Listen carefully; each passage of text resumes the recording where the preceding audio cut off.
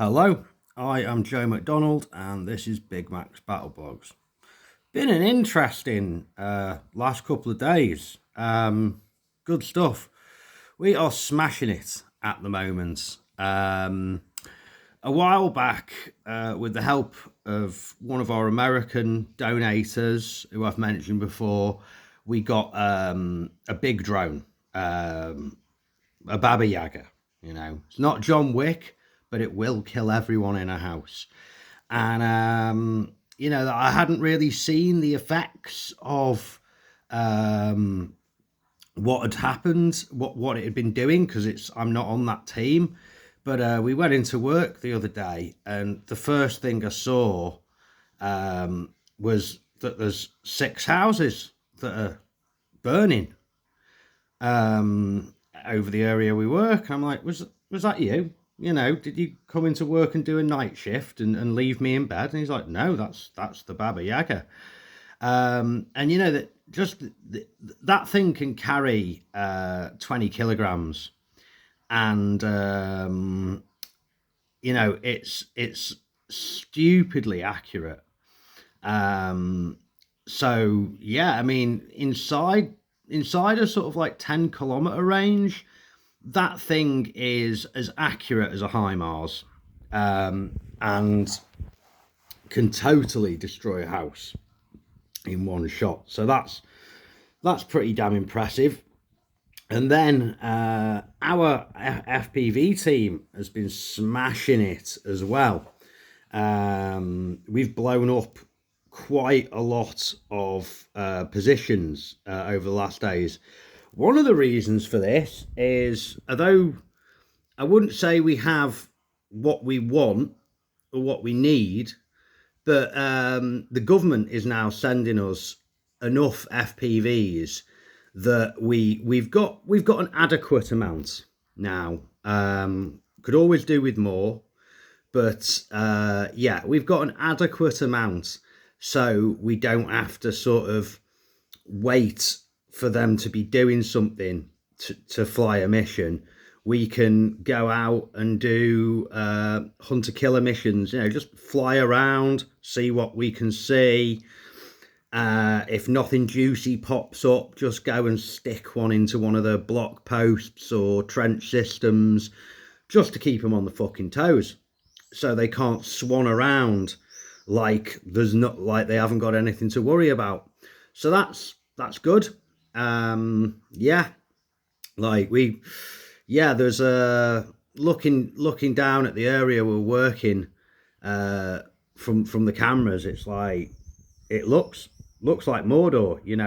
We must have burnt like a fifth of this abandoned village down. It's quite a big village yesterday. All occupied houses, no civilians around. But yes, I don't want to come across as a psycho, but something very satisfying about that. The good thing about burning the house they're in down is the soldiers might run away, but it destroys their equipment.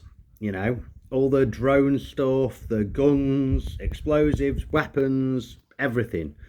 And without that equipment, they're useless. They're just some guys stood around in a field costing the Russian state money. So, good stuff, basically.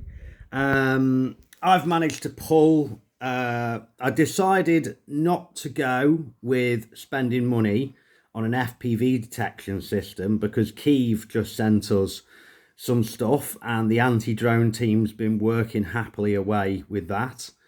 And with that, we actually found an enemy FPV team yesterday. Whether it was the one that had an FPV that had an FPV that made me very scared and have to run away, we don't know. But FPV teams are normally 4 people, and only 3 of them got out of the house. So scratch one, Peter. That's good. So that's been effective. And yeah, I have been I decided not to go for this FPV detection thing. And the reason for that is I have working with people who help us and using the money that you guys donate, I have just put together a really exciting package that means that we are going to be able to do a lot more work at longer distances with bigger bombs and at night. And I don't want to reveal what it is yet because although they're on the way, they're not in our hands and being used yet. And I don't want to spoil the surprise, because I like giving the Russians surprises. So yeah, but my commander's really happy with me, which is always good. So we'll be, soon we're going to be able to do a lot more damage, a lot more regularly than we have up to this point, which is nice. And that is all thanks to the work that you guys do, sending me money, and the work that our other volunteers do. So well done, everyone. Thank you for your support, because this is now this is the first time I've personally been able to put like a really large amount of something that's going to make a difference on the table. Normally my money gets spent on essentially like fixing problems or covering a loss, while like replacing a drone, getting a few more FPVs because the government doesn't have send us any, fixing the vehicles, etc., getting us extra winter kit because the issued stuff wasn't quite up to the job back in December, that sort of thing. But now, we've got a whole new toolkit to play with very, very soon. So I'm enthusiastic about that and looking forward to the damage it's going to create. So yeah, hey, just a quick one. Got a day off today, so I'm going to go and get in the car and drive over to another part of Kherson, go for a nice long walk with the dog.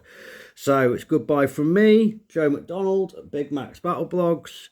Goodbye from One Sock, who I'm not going to show at the moment because he's next to a pair of my dirty socks that I haven't picked up. And as always, to our Russian and Vatnik listeners, Idi Nahoy Zalupa.